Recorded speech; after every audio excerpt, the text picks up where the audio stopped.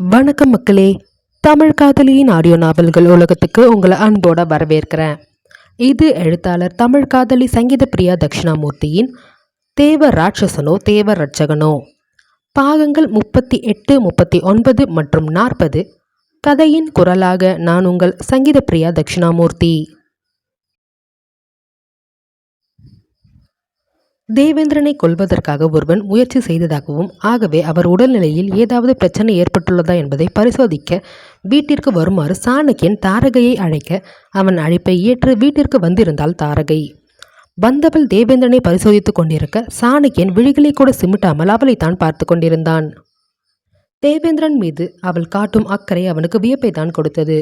ஒரு மருத்துவர் தன் வேலையை செய்வது போல் இவள் செய்தாலும் அவர் மீது தனிப்பட்ட முறையில் அவள் எடுத்துக்கொள்ளும் அக்கறை அவனுக்கு மிகவும் பிடித்திருந்தது. அவரை முழுமையாக பரிசோதனை செய்துவிட்டு, ஒன்றும் பிரச்சனை இல்லை சார், வந்தவ உங்களை எந்த விதத்திலையும் அட்டாக் பண்ணலை என்று கூறியவள் அவர் பிபியை பரிசோதித்தாள். நடந்த நிகழ்வில் அவருக்கு இரத்த அழுத்தம் அதிகமாகி உள்ளதா என்று அவள் பரிசோதனை செய்து கொண்டிருக்க, அப்படி பரிசோதனை செய்து கொண்டே, அப்பா கிட்ட விஷயத்த சொன்னேன், ரொம்ப பதறி போயிட்டார் சார், நாளைக்கே உங்களை பார்க்குறதுக்காக வரேன்னு சொல்லியிருக்காரு, இன்றைக்கே வரேன்னு தான் சொன்னார், நான் தான் இந்த டைமில் வேண்டான்னு சொல்லிட்டேன் என்று அவள் கூற, அதை கேட்டு பதறிவிட்டார் தேவேந்திரன். சாணக்கியனோ போச்சு போ என்று தலையில் கை வைத்து கொண்டான். இருவரின் செயலையும் கண்டு புரியாமல் அவள் முழிக்க, ஏமா அவனை நீ வர சொன்ன? முதல்ல அவகிட்ட நீ எதுக்கு இந்த விஷயத்த சொன்ன?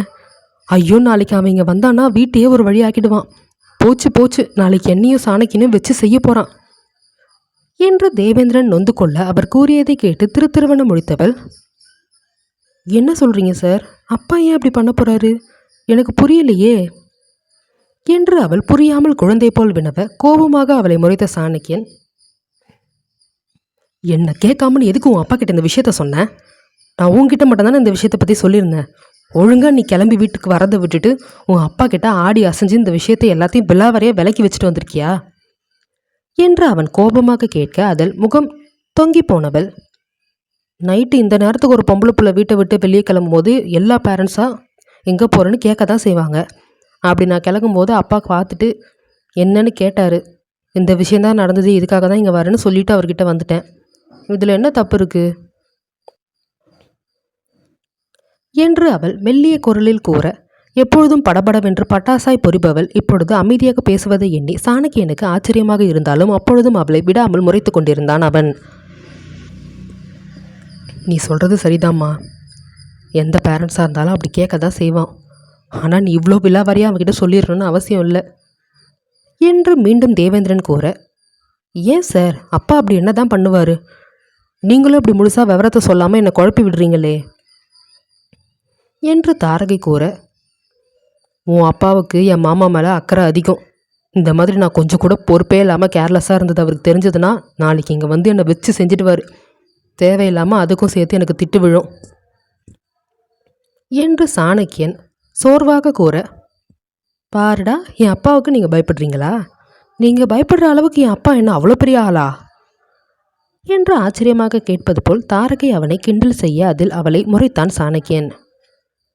என் புள்ள ஒன்றும் அப்பாவுக்கு பயப்படணும்னு எந்த அவசியமும் இல்லடி, அதை முதல்ல தெரிஞ்சுக்கோ, அது உங்கள் அப்பா மேலே இருக்கிற மரியாதையாக கூட இருக்கலாம், ரொம்ப அப்படியே அலட்டிக்காத என்று வனஜா இடையில் போக, நீங்கள் எதுக்கு உள்ளே வரீங்க, எங்களுக்குள்ளே நாங்கள் பேசிக்கிட்டு இருக்கோம், நீங்கள் எதுக்கு நந்தி மாதிரி இங்கே நின்றுட்டுருக்கீங்க, முதல்ல இந்த ரூமை விட்டு வெளியே போங்க என்றால் கோபமாக தாரகை.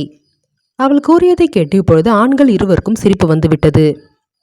ஆனால் வனஜாவோ அவளை ஆக்ரோஷமாக பார்த்தவர், என்னன்னா அவள் இப்படி எடுத்தெறிஞ்சு பேசிகிட்டு இருக்கா, நீயும் அதை கேட்டு சிரிக்கிற, நம்ம வீட்டுக்குள்ளே வந்துட்டு என்னையே அந்த ரூமை விட்டு வெளியே போன சொல்கிறா, நீ அவளை எதுவும் திட்டமாட்டியா என்று வனஜா கோபமாக கேட்க, அவள் சொல்கிறதுல என்ன தப்பு இருக்குது, நாங்கள் 3 பேரும் எங்களுக்குள்ளே பேசி எங்கள் மனநிலையை நாங்கள் மாற்றிக்க முயற்சி பண்ணிக்கிட்டு இருக்கோம், நீ தேவையில்லாமல் இங்கே நின்று கத்திக்கிட்டு இருந்தா எங்களுக்கே கோபந்தான் வருது, அப்போ அவளுக்கு வராதா?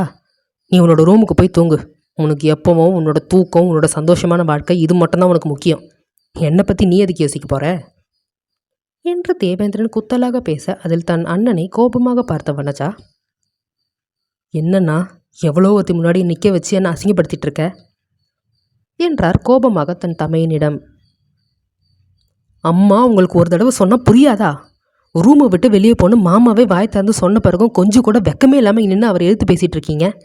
உங்களுக்கெல்லாம் அறிவு இருக்கா இல்லையா? நல்ல மாட்டுக்கு ஒரு சூடு. இவ்வளவு அசிக்கட்ட பாருங்கும் நீங்கள் இங்கே நிற்கணுன்னா தாராளமாக நில்லுங்க. ஆனால் நாங்கள் உங்களை ஒரு பொருட்டாவே மதிக்க மாட்டோம் என்று ஆக்ரோஷமாக சாணக்கியன் கூற, அதில் அவமானத்தில் முகம் கருத்தவர் மூவரையும் கோபமாக முறைத்தவாறு அங்கிருந்து வெளியேறிவிட்டார். அவர் சென்ற பின்புதான் அந்த இடம் மழை அடித்தது ஓய்ந்தது போல் இருந்தது. தாரகை தேவேந்திரனை திரும்பி பார்த்தவள், உங்களுக்கும் உங்கள் தங்கச்சிக்கோ குணத்தில் கொஞ்சம் கூட ஒத்து போகலையே சார். ஏன் அவங்க மட்டும் இவ்வளோ வித்தியாசமாக இருக்காங்க? நிஜமாவே இவங்க உங்கள் கூட பிறந்த தங்கச்சி தானா என்று அவள் கேட்க, அவள் கூறியதை கேட்டு அதிர்ந்து அவளை பார்த்தான் சாணக்கியன். ஏய் அம்மா, என்ன இப்படியெல்லாம் கேட்குற? அவங்க 2 பேரும் கூட பிறந்த அண்ணன் தங்கச்சி. நீ அவங்கள பிரித்து விட்டுறாத தாயே என்று சாணக்கியன் வேகமாக கூற, அதில் அவளை முறைத்துவிட்டு தாரகை தேவேந்திரன் புறம் திரும்பி அவர் முகத்தை பார்க்க, வனஜாவை பற்றி பேசியவுடன் தேவேந்திரனின் முகம் இறுக்கமானது. அவள் என் கூட பிறந்த தங்கச்சி தாம்மா. ஆனால் எனக்கு தங்கச்சியாக இருக்கிறதுக்கு ஒரு தகுதி கூட அவளுக்கு கிடையாது என்று தேவேந்திரன் வெறுப்பாக கூற, முதல் முறையாக அவரின் இப்படி வெளிப்படையான வெறுப்பான வார்த்தைகளை கேட்டு சாணக்கியன் கூட அதிர்ந்து போனான். அவளால் என் வாழ்க்கையில் ஒரு மிகப்பெரிய தப்பை பண்ணிவிட்டு அந்த குற்ற உணர்ச்சியை என்னை விட்டு போகாமல் நான் தவிச்சுக்கிட்டு இருக்கேன். நான் இன்றைக்கி இப்படி ஒரு நிலைமையில் இருக்கேன்னா அதுக்கு முக்கியமான காரணமே அவள் தான். ஆனால் அவளுக்கு அதை நினச்சி கொஞ்சம் கூட கஷ்டமும் கிடையாது, குற்ற உணர்ச்சியும் கிடையாது. அவளை பொறுத்த வரைக்கும் அவள் வாழ்க்கை அவளுக்கு நல்லா இருக்கணும், அது மட்டும்தான் அவளுக்கு முக்கியம் என்று தேவேந்திரன் வேதனையாக கூற, மாமா ஏதோ ஒரு தப்பு பண்ணிட்டேன்னு மட்டும் சொல்கிறீங்களே தவிர்த்து அது என்னங்கிறத ஏன் சொல்லவே மாட்டேங்கிறீங்க? அதை தெரிஞ்சுக்காமல் எனக்கு தலையே வெடிச்சிடும் போல இருக்குது. அப்படி என்ன விஷயம் அதுன்னு சொல்லி தொலைங்க மாமா. காலம் கடந்து போயிடுச்சு. நீங்கள் எத்தனை நாள் வாழ்வீங்கன்னு தெரியாது, நான் இன்னும் எத்தனை நாள் வாழ்வேன்னு தெரியாது. நம்ம மனசுக்குள்ளே என்ன கசப்பான நிகழ்வுகள் இருந்தாலும் அது எல்லாத்தையும் நம்ம வெளியே சொல்லிட்டா நம்மளுக்கு நல்லது என்று சாணக்கியன் கோபமாக கேட்க, இப்பொழுது எந்த பதிலும் தேவேந்திரன் அவனிடம் பேசவில்லை. ஆக மொத்தத்தில் இந்த விஷயத்தை பற்றி உங்கள் வாயால் எதையும் சொல்ல மாட்டீங்க, வாயவும் திறக்க மாட்டீங்க. நீங்கள் எவ்வளோ சாதாரணமாக பேசிகிட்டு இருந்தாலும் இந்த விஷயத்தை பற்றி கேட்கும்போது மட்டும் நீங்கள் ஏன் இப்படி மாறிடுறீங்கன்னு எனக்கு புரியலமாம்மா என்று கூறிவிட்டு அவன் அங்கிருந்து நகர்ந்து சென்றுவிட செல்லும் அவனை பார்த்து கொண்டிருந்தாள் தாரகை. பின்பு ஒரு பெருமூச்சை ஒன்றை வெளியிட்டு தேவேந்திரன் புறம் திரும்பியவள், நீங்கள் தூங்கி ரெஸ்ட் எடுங்க சார், எதை பற்றியும் யோசிக்காதீங்க என்று கூறிவிட்டு அங்கிருந்து எழுந்தாள். இன்றைக்கி நைட் இங்கேயே தங்கிக்கோமா, இந்த நேரத்தில் பொம்பளை புள்ளியை வெளியே அனுப்புறதுக்கு எனக்கு சரின்னு படலை என்று தேவேந்திரன் தாரகையிடம் கூற, ஐயோ அதெல்லாம் வேண்டாம், நான் வீட்டுக்கு கிளம்புறேன், டிரைவர் வந்திருக்காரு, அவர் கூடவே நான் போயிடுவேன் என்றால் அவசரமாக மங்கை. சொன்னா கேளுமா, உன் அப்பா கிட்ட நான் சொல்லிக்கிறேன், நீ இங்கேயே தங்கு, வெளியே சாணக்கியன் இருப்பான், அவங்கிட்ட போய் உனக்கு எந்த ரூம் வேணுமோ அதை கேட்டு எடுத்துக்கோ போ என்று உரிமையாக அவர் கூற, அதற்கு மேல் அவர் பேச்சை மீற முடியாமல் அமைதியாக அறையிலிருந்து வெளியேறினாள் தாரகை. அறைக்கு வெளியே கோபத்தில் தலைமுடியை இறுக கோதிக்கொண்டு அங்கும் இங்கும் நடந்து கொண்டிருந்தான் சாணக்கியன். அவனின் கோபத்தை கண்டு இவளுக்கு ஒரு நொடி பயம் வந்தாலும் உடனே தன்னை சமன்படுத்தி கொண்டு தைரியமாக அவனை நெருங்கியவள், சார் என்று மெல்லிய குரலில் அவனை அழைத்தாள். அதில் தன் நடையை நிறுத்தியவன் திரும்பி அவளை பார்க்க, தேவேந்திரன் சார் இன்னைக்கு நைட் என்னை இங்கேயே ஸ்டே பண்ணிக்க சொன்னார் என்று அவள் கூற, அவள் கூறியதை கேட்டு புருவம் சுருக்கி அவளை பார்த்தான், ஏன் என்பது போல் சாணக்கியன். அடுத்து என்ன நிகழப்போகிறது என்பதை அடுத்த அத்தியாயத்தில் காணலாம். தேவ ராட்சசனோ தேவ ரட்சகனோ பாகம் 39. தாரகை தன் வீட்டிலேயே தங்குமாறு தேவேந்திரன் கூற, அதை கேட்டவள் முதலில் வேண்டாம் என்று மறுத்துவிட அவர் வற்புறுத்தி அவளை அங்கு தங்குமாறு கேட்டுக்கொள்கிறார். அவரின் வேண்டுகோளுக்கெனங்க வேறு வழியின்றி அங்கேயே தங்க ஒப்புக்கொண்டவள் அவர் அறையிலிருந்து வெளியே வர சாணக்கியன் கோபத்தில் தலைமுடியை இறுக கோதிக்கொண்டு அங்கும் இங்கும் நடந்து கொண்டிருந்தான். அவன் கோபத்தை கண்டு முதலில் பயந்தாலும் உடனே தன்னை சமன்படுத்தி கொண்டு சற்று தைரியத்தை வரவழைத்து கொண்டவள் மெல்ல நடையிட்டு அவன் அருகே சென்றாள். அவனோ அவளின் வருகையை கூட உணராமல் தன் நினைவுகளில் உழன்று கொண்டிருக்க, சார் என்று மெல்லிய குரலில் அவனை அழைத்தாள் மங்கை. அவளின் குரலில் அவள் புறம் திரும்பியவன் என்னவென்று புருவம் உயர்த்த, டுடே நைட்டு தேவேந்திரன் சார் என்னை இங்கேயே ஸ்டே பண்ணிக்க சொன்னார் என்றாள் தயக்கமான குரலில். அவள் கூறியதை கேட்டு அவன் ஏன் என்று புருவம் உயர்த்த, இந்த நேரத்தில் என்னை தனியாக வீட்டுக்கு போக வேண்டான்னு இங்கேயே ஸ்டே பண்ணிக்க சொன்னார் சார் என்றாள் அவள் மீண்டும். அதில் தன் மாமனின் மனநிலையை புரிந்து கொண்டவன், அவர் சொல்கிறதும் சரிதான், இந்த நேரத்தில் என் வீட்டுக்கு தனியாக போகிறது சேஃப் கிடையாது, சரி வா உனக்கு ரூமை நானே காட்டுறேன் என்று கூறிவிட்டு அவன் முன்னே நடக்க அவன் பின்னே செல்வதற்காக 2 அடிதான் எடுத்து வைத்திருப்பாள். உடனே அவள் தொலைபேசி சத்தம் கொடுத்தது. அதில் யார் என்று தொலைபேசி எடுத்து பார்த்தவள் தன் தந்தைதான் அழைக்கிறார் என்பதை கண்டறிந்து அதை ஏற்று காதில் வைக்க எதிர்ப்புறம் பதட்டமாக கேட்டது அவள் தந்தையின் குரல். என்னம்மா, என்னாச்சு? அங்கே வீட்டுக்கு போயிட்டியா? அவனை செக் பண்ணிட்டியா? அவனுக்கு ஒன்றும் பிரச்சனை இல்லையே, அவன் நல்லா தானே இருக்கான் என்று அவர் தன் நண்பனின் மீது உள்ள உண்மையான அக்கறையில் படபடப்பாக வினவ, அவரின் பதட்டத்தை எண்ணி சிறு புன்னகை சிந்திய தாரகை, அப்பா கூல் கூல், எதுக்கு இவ்வளோ டென்ஷன் ஆகுறீங்க? சாருக்கு ஒன்றும் ஆகலை, அவர் நல்லா தான் இருக்காரு. அவர் அந்த கொலைக்காரை எதுவும் பண்ணலை, அதுக்குள்ளே சாணக்கியன் சார் அவரை காப்பாற்றிட்டாரு என்று கூறியவாறு அவள் சாணக்கியனுடன் நடந்து கொண்டிருக்க பக்கவாட்டு புறமாக திரும்பி அவளை ஒரு பார்வை பார்த்த சாணக்கியன், யாரு, உன் அப்பாவா என்றான் அவளிடம். அதற்கு அவள் ஆம் என்று தலையசைக்க, எங்க ஃபோனை என் கையில் கொடு என்று அவள் முன்பு தன் கரத்தை நீட்டினான் சாணக்கியன். எதுக்கு என்று அவள் பூர்வம் சுருக்கி வினவ, ஃபோனை கொடுன்னு சொன்னால் கொடுக்க முடியாதா? ஏன் எதுக்குன்னு 1008 கேள்வி கேட்குற, முதல்ல ஃபோனை கொடு என்றவன் அவள் கையிலிருந்து மொபைலை பிடுங்காத குறையாக வாங்கி கொண்டான். அவனின் செயலில் அவனை அவள் முறைத்து பார்க்க அவளின் முறைப்பையெல்லாம் கொஞ்சமும் சட்டை செய்யாமல் கருணாகரனிடம் பேச ஆரம்பித்து விட்டான் சாணக்கியன். ஹலோ சார், நான் சாணக்கியன் தான் பேசுகிறேன் என்று இவன் இந்த பக்கம் பேச்சு கொடுக்க, சொல்லுப்பா சாணக்கியா, என்ன திடீர்னு இப்படி ஆகி போச்சு என்று அவர் கேட்க, அதை பற்றி நாளைக்கு நீங்கள் வந்த பிறகு தெளிவாக பேசிக்கலாம் சார். உங்கள் பொண்ணை இன்றைக்கி நைட்டு மாமா இங்கேயே தங்க சொல்லிட்டாரு, அதனால் அவள் இன்றைக்கி உங்கள் வீட்டுக்கு வரமாட்டா என்று அவன் கூற, அவன் கூறியதை கேட்டு புருவம் சுருக்கிய கருணாகரன், எதுக்குப்பா? அவள் டிரைவர் கூட தானே வந்தா, அதனால் ஒன்றும் பிரச்சனை இல்லை, அவள் எங்கள் வீட்டுக்கே வந்துடட்டுமே என்று அவர் கூற, இல்லை அங்கிள், அது சேஃபாக இருக்காது. என்னதான் டிரைவர் உங்களுக்கு நம்பிக்கை உரியவராக இருந்தாலும் இவளை இங்கேருந்து அனுப்பி வச்சுட்டு நாங்கள் என்ன ஆச்சோ ஏதாச்சோன்னு யோசிச்சுட்டு உட்காந்துட்டு இருக்க முடியாது. அதனால தான் மாமா இப்படி ஒரு முடிவு எடுத்திருக்காரு. நாளைக்கு நீங்கள் மாமாவை பார்க்குறதுக்கு இங்கே வரும்போது இவளை திருப்பி இங்கேருந்து கூட்டிகிட்டு போயிடுங்க என்று அவன் கூற, அவன் கூறுவது சரி என்று தோன்றியதால், சரிப்பா நீ சொன்னபடியே பண்ணிடலாம், நீங்கள் போய் தூங்கி ரெஸ்ட் எடுங்க, நான் நாளைக்கு காலையில் பேசிக்கிறேன் என்றவர் தன் மகளை பத்திரமாக பார்த்து கொள்ளுமாறு மீண்டும் ஒரு முறை அவனிடம் அறிவுறுத்தி விட்டு அழைப்பை துண்டித்துவிட அவள் முன்பு தொலைபேசியை நீட்டினான் சாணக்கியன். அவளோ அவனை முறைத்தவாறே தொலைபேசி பிடுங்கிக் கொள்ள எதுவும் பேசாமல் அங்கிருந்து முன்னோக்கி நடக்க ஆரம்பித்தான் அவன். இவளும் அவனை தொடர்ந்தவாறு முறைத்து கொண்டே அவனுடன் செல்ல அவளுக்கான அறையை காட்டியவன், தனியாக இருந்துப்பல்ல என்றான் ஒற்றை புருவம் உயர்த்தி அவளை பார்த்தவாறு. அவன் கூறியதை கேட்டு பற்களை கடித்தவர், ஏன் இல்லைன்னு சொன்னால் நீங்கள் வந்து கம்பெனி கொடுக்க போகிறீங்களா? நான் என்னோடய வீட்லேயே தனி ரூமில் தான் இருப்பேன், அதனால் எனக்கு ஒன்றும் பிரச்சனை இல்லை, நீங்கள் போய் தூங்குங்க என்று கூறிவிட்டு அவள் வேகமாக அறைக்குள் நுழைந்து அறைக்கதவை மூட முயல அதை தடுத்தவன், ஏய் கதவை லாக் பண்ணாத, ஏதாவது வேணும்னா ஜஸ்ட் ஒரு குரல் கொடு, நான் வந்துடுவேன் என்று அவன் கூற, எக்ஸ்கியூஸ் மீ, கதவை லாக் பண்ணக்கூடாதா? என்ன சொல்கிறீங்க நீங்கள்? நீங்கள் என்ன லூஸா? லாக் பண்ணாமல் எப்படி தூங்க முடியும் என்று அவள் படபடவென்று பொறித்து தள்ள, ஏய் எங்கள் வீட்டுக்கு வந்திருக்க கெஸ்ட்டு ஒன்றை கேர்ஃபுல்லாக பார்த்துக்க வேண்டியது என்னோட கடமை, அதனால தான் கதவை லாக் பண்ணான்னு சொன்னான், புரியுதா? அவசரம் கொடுக்க மாதிரி எத்தையாவது யோசித்து தொலையாத என்று அவன் கோபமாக அவளை முறைத்த வண்ணம் கூற, அதில் உதட்டை சுழித்து அவனுக்கு ஒழுங்கு காட்டிவிட்டு கதவை மூடிவிட்டாள் மங்கை. அவளின் செயலில் தலையை இருபுறமும் ஆட்டி தோலை குலுக்கியவன் அவளை மனதிற்குள் துட்டியவாறு அங்கிருந்து நகர்ந்தான். அடுத்த காட்சி.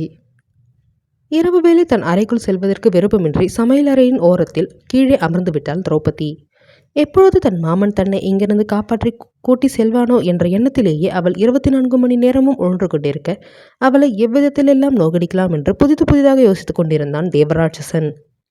இப்பொழுது கூட அமைதியாக 2 கால்களுக்கு இடையில் முகம் வைத்து அவள் தன் தந்தை தன் மாமனை எண்ணி கண்ணீர் விட்டு கொண்டிருக்க, பேபி டார்லிங், இப்படி அழுது உடம்பு கெடுத்துக்காதன்னு எத்தனை தடவை சொல்றது என்று கூறியவாறு அவள் முன்பு வந்து சட்டமாய் சப்பனமிட்டு அமர்ந்து கொண்டான் அவன். அவனின் குரலில் வெறுப்பின் உச்சத்திற்கு சென்றவள், டேய் உனக்கு வேற வேலையே இல்லையா? எப்போ பாரு என் உயிரை வாங்கறதுக்குன்னே முன்னாடி வருவியா? எங்கேயாவது போய் தொலையேன் என்றாள் ஆக்ரோஷமாக. அதில் உதட்டின் மீது தன் ஒற்றை விரலை வைத்து இஷ் என்று சத்தம் கொடுத்தான். அவளை தன் விழிகள் சிவக்க ஆழ்ந்து பார்த்தவாறு தேவராட்சசன். அவனின் அந்த செயலிலும் திடுக்கிட்டு போனவள் அவனை அதிர்ச்சியுடன் பார்க்க, இப்படியெல்லாம் சத்தம் போட்டு கத்தக்கூடாது பேபி டார்லிங்.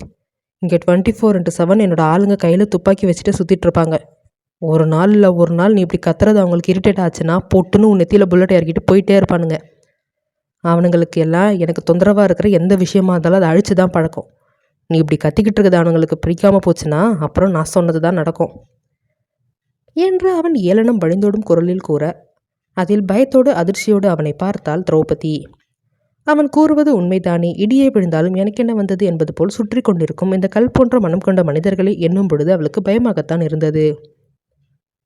அப்புறம் பேபி டார்லிங், நான் ஒரு முடிவெடுத்திருக்கேன், அதை உன்கிட்ட சொல்லலான் தான் வந்தேன் என்று அவன் நன்றாக இரு கரங்களையும் பின்னே ஊன்றி உடலை பின்னோக்கி வளைத்து அவளை பார்த்து தலை சாய்த்த வண்ணம் கூற, அவன் கூறியதை கேட்டு புருவம் சுருக்கி அவனை பார்த்தாள் திரௌபதி. அது ஒன்றும் இல்லை பேபி டார்லிங், நீ ரொம்ப நாளாக எப்படா உன்னோட மாமாவும் அப்பனும் வந்து உன்னை இங்கேருந்து கூட்டிகிட்டு போவாங்கன்னு காத்துக்கிட்டு இருக்கல.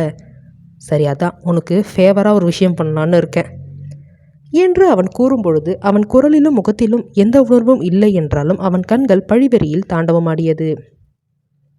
அதை உணர்ந்து கொண்ட மங்கைக்கு தான் குப்பென்று வேர்த்து விட்டது. என்ன என்ன சொல்ற என்று அவள் வார்த்தைகள் வராமல் திக்கி திணறி குரலில் பயத்துடன் வினவ, சிம்பிள், உன் அப்பனுக்கு நீங்கள் இருக்கிற விஷயத்த தெரியப்படுத்த போகிறேன் என்றான் அவன் சாதாரணமாக தோள்களை குலுக்கியவாறு. அவன் கூறியதை கேட்டவளுக்கு மனம் மகிழ்ச்சியில் திளைத்தாலும் அடுத்த நொடி அவளுக்கு பயமும் அவள் மனதை சூழ்ந்து கொண்டது. இவன் காரணமில்லாமல் இப்படி எதையும் செய்ய மாட்டானே என்று அவள் நினைக்க அவள் மனதை படுத்தவன் போல், எஸ் பேபி டார்லிங், எந்த காரணமும் இல்லாமல் நான் ஒரு விஷயத்த பண்ண மாட்டேன் நீ நினைக்கிறது கரெக்டு தான். அதுக்காக தான் சூப்பரான ஒரு விஷயத்த வச்சுருக்கேன். ஒன்றும் இல்லை, நீ இங்கே தான் இருக்கேன்னு சொன்ன உடனே உன்னோட அப்பனும் உன்னோட மாமனும் அப்படியே அடிச்சு பிடிச்சி நெஞ்சில் அடிச்சுக்கிட்டு இங்கே ஓடி வருவானுங்க. வந்த உடனே உன்னை கட்டி பிடிச்சி மானே தேனே என் செல்லமேன்னு உன்னை கொஞ்சம் தள்ளுவானுங்க. அதுதான் சாக்குன்னு நான் உன் கண்ணு முன்னாடி உன் அப்பனை போட்டு தள்ளிட்டு நான் போயிட்டே இருப்பேனா. எப்படி என்னோட ஐடியா நல்லா இருக்கா என்று ஆரம்பத்தில் சாதாரணமாக ஆரம்பித்து இறுதியில் முடிக்கும் பொழுது குரூரம் பொங்கும் முகத்துடன் அவளை பார்த்தவாறு தேவராட்சசன் கூற அவன் கூறியதை கேட்டு அரண்டு போனாள் திரௌபதி.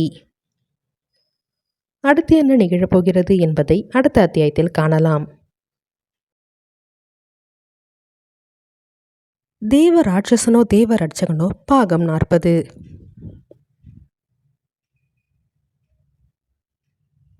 சூரியன் தன் கதிர்களை ஒளிபரப்பிக் கொண்டிருக்க மக்கள் அனைவரும் தங்கள் தினசரி வேலைகளை எதிர்நோக்கி தங்கள் பயணத்தில் கவனம் செலுத்தியிருந்தனர். தேவேந்திரன் வீட்டு அதிர்காலையிலேயே வருகை தந்திருந்தார் கருணாகரன். அவருக்கு தன் நண்பனின் மீது அளப்பரிய அன்பும் அக்கறையும் உண்டு. ஏனெனில் இதுவரை அவரின் அரசியல் பலத்தை கொண்டுதான் அவரிடம் நட்பு பாராட்டி நிறைய பேர் அவரை நெருங்கி வந்துள்ளனர். ஆனால் உண்மையான நட்புணர்வுடன் யாரும் இதுவரை கருணாகரனை நெருங்கியது இல்லை. ஆனால் முதலில் தேவேந்திரன் தான் அவருடன் உண்மையான நட்பு கொண்டு உறவு பாராட்டியது. இவர்களின் நட்பு கிட்டத்தட்ட 20 ஆண்டுகளுக்கு மேல் நீடித்து கொண்டிருக்கிறது.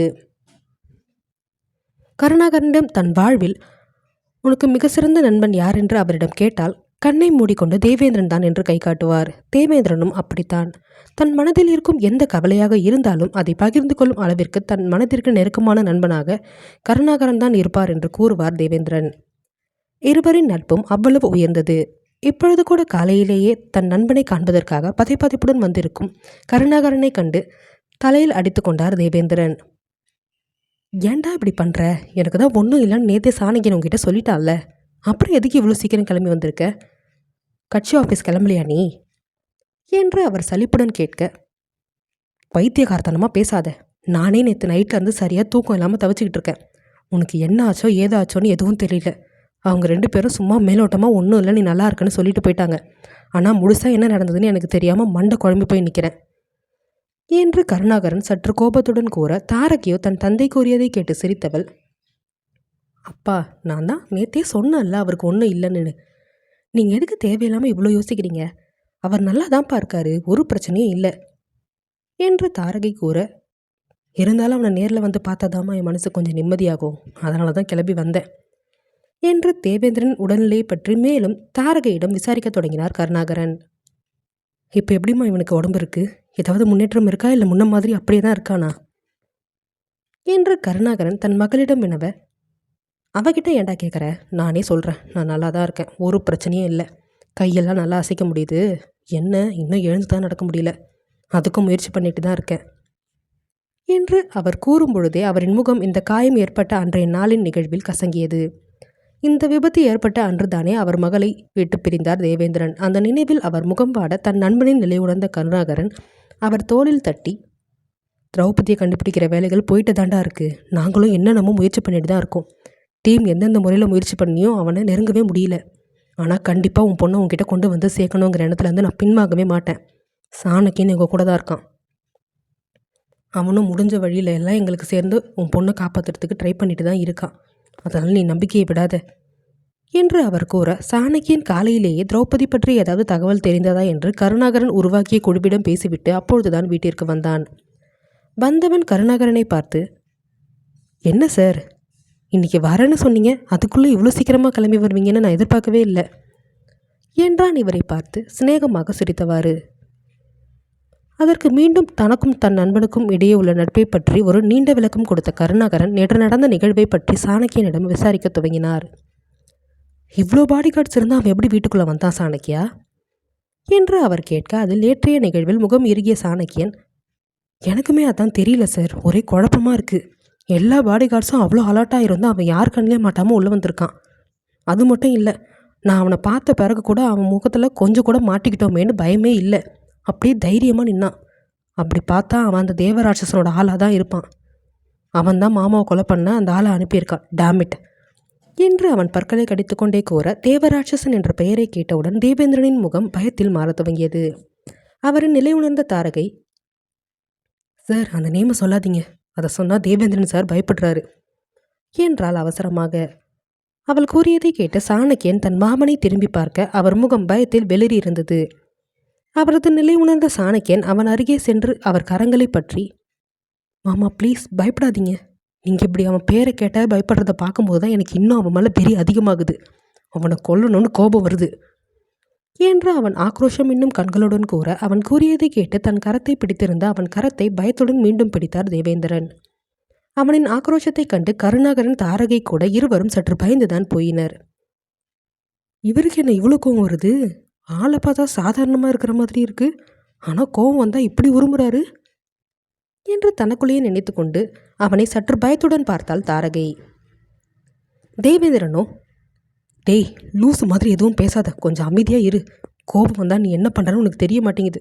கண்ணு மண்ணு தெரியாமல் உனக்கு கோபம் வருது, கொஞ்சம் ரிலாக்ஸ் ஆகுடா என்று தேவேந்திரன் தன்னை சமன்படுத்தி கொண்டு அவனை ஆசுவாசப்படுத்தும் விதமாக கூற, அவனோ, இல்லை மாமா, இந்த கோபம் போகக்கூடாது, இந்த வெறி போகவே கூடாது.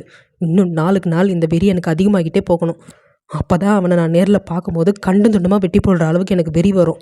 அதுதான் எனக்கு வேணும். அதே நேரத்தில் நான் திரௌபதியை சீக்கிரம் கண்டுபிடிக்கணும்னு நினைப்பேன். இந்த கோபமும் வெறியை என்னை விட்டு போகவே கூடாது மாமா என்று அவன் கூறிக்கொண்டிருக்க, படித்தவர் தானே நீங்கள், அதுவும் ஒரு ப்ரொஃபஸராக ஒர்க் பண்ணுறீங்க, இப்படி தான் முட்டாள்தனமாக பேசுவீங்களா? நீங்கள் தான் உங்களோட ஸ்டூடெண்ட்ஸுக்கு நல்வழிகளை சொல்லிக் கொடுக்குறவராக இருக்கணும். ஆனால் நீங்களே அப்படி கோவப்பட்டு பழி வாங்குறேன் வெட்டுறேன் குத்துறேன்னு பேசுகிறீங்க, இதெல்லாம் தப்பு என்று தாரகை கூற, உனக்கு என்ன தெரியும்? எங்கள் வீட்டு பொண்ணை பறி கொடுத்துட்டு நாங்கள் தினம் அனுபவிக்கிற நரக வேதனை எங்களுக்கு மட்டும்தான் தெரியும். உனக்கு எங்கேருந்து அதெல்லாம் புரிய போகுது? நீ இதில் தலையிடாத. நான் என்ன பண்ணணும் என்ன பண்ணக்கூடாதுன்னு எனக்கு தெரியும் என்று அவன் ஆக்ரோஷமாக தாரகையை சாடிவிட, அவன் கூறியதில் அவள் முகம் சற்று வாடிவிட்டது. கருணாகரனுக்கு தன் மகள் முகம் வாடியதை கவலையை கொடுத்தாலும் சாணக்கியனின் மனநிலை புரிந்ததால் அவனுடன் ஆதரவாக பேசத் தொடங்கினார். இல்லை என்றால் இந்நேரம் தன் மகளின் முடம் வாடியதற்கு அதற்கு காரணமானவன் யாராக இருந்தாலும் அவனை உரு தெரியாமல் அழித்திருப்பார் கருணாகரன். விடுப்பா சாணக்கியா, உன்னோட கோபம் நியாயமானது தான், ஆனால் கொஞ்சம் கோபத்தை அடக்கி வை. இவ்வளோ கோபம் நல்லதுக்கு இல்லை. கோவப்பட்டு தான் நாங்களும் சின்ன வயசில் எல்லாருக்கிட்டையும் கெட்ட பேர் வாங்கி வச்சுருக்கோம். நீயும் அதே தப்பை பண்ணாத. கோபம் இருக்கிற இடத்துல குணம் இருக்குன்னு சொல்லுவாங்க, ஆனால் அது இங்கே நிறைய பேருக்கு தெரியாது. கோபத்தை மட்டும்தான் பிரதானமாக பார்ப்பாங்க. அதுக்கு பின்னாடி அவங்க பண்ணுற நல்லது எதுவும் மற்றவங்க கண்ணுக்கு தெரியாது என்று அவர் கூற, அவரை எதிர்த்து பேச முடியாமல் அமைதியாக இருக்கையில் அமர்ந்து விட்டான் சாணக்கியன். தாரகியோ சிறிது நேரம் அவனை ஆழ்ந்து பார்த்துவிட்டு தேவேந்திரன் புறம் திரும்பியவள், நான் கிளம்புறேன் சார், டைம் ஆகிடுச்சு. வீட்டுக்கு போய் ரெடி ஆகிட்டு ஹாஸ்பிட்டலுக்கு வேற கிளம்பணும். மதியம் ஷிஃப்ட்டு முடிஞ்ச உடனே நான் இங்கே வந்துடுறேன் என்று அவள் கூற, அதற்கு சரி என்று தலையசைத்தவர், அம்மாடி ஒரு நிமிஷம், நீ என்ன எப்போ பார்த்தாலும் சார் சார்னு என்னை கூப்பிட்டுட்டு இருக்க? நானும் வந்ததுலேருந்து இதை கவனிக்காமே இருக்கேன் பாரு என்று அவர் கூற கருணாகரனும், ஆமாம் தாரா, எதுக்கு சார்னு அவனை கூப்பிடுற, உரிமையாக அவன்கிட்ட பேசுமா என்று அவரும் கூற, அப்பொழுதுதான் இத்தனை நாள் தான் தேவேந்திரனை மரியாதையுடன் அழைத்து பேசிக் கொண்டிருந்தது அவளுக்கு நினைவிற்கு வர, அதில் தலையை சொரிந்து கொண்டு அவள் ஈ என்று இழுத்து வைக்க, நீ என்னை அப்பான்னு கூப்பிடுமா, திரௌபதிக்கு அப்புறம் ஒரு பொம்பளை பிள்ளை என் மேலே இவ்வளோ அக்கறை காட்டுறது எனக்கு மனசுக்கு நிம்மதியை கொடுக்குது. வாய் நிறைய நீ என்னை அப்பான்னு கூப்பிட்டா என் மனசுக்கும் கொஞ்சம் சந்தோஷமாக இருக்கும் என்று அவர் திரௌபதியின் நினைவில் கூற, அவர் மனநிலையை புரிந்து கொண்டவள் தன் தயக்கத்தை விடுத்து, அப்பா என்று மெல்லிய குரலில் அழைக்க, அதில் திரௌபதி நினைவு சட்டென்று வந்தது அவருக்கு. அதில் கண்களிலிருந்து கண்ணீரும் வெளிவந்து விட்டது தேவேந்திரனுக்கு. அப்பா ப்ளீஸ் அழாதீங்க என்று தாரகை மெல்லிய குரலில் அவரை சமாதானப்படுத்த, சாணக்கியனுக்கு கூட தன் மாமனின் கண்ணீரை கண்டு மனம் ரணமானது. அடுத்து என்ன நிகழப்போகிறது என்பதை அடுத்த அத்தியாயத்தில் காணலாம்.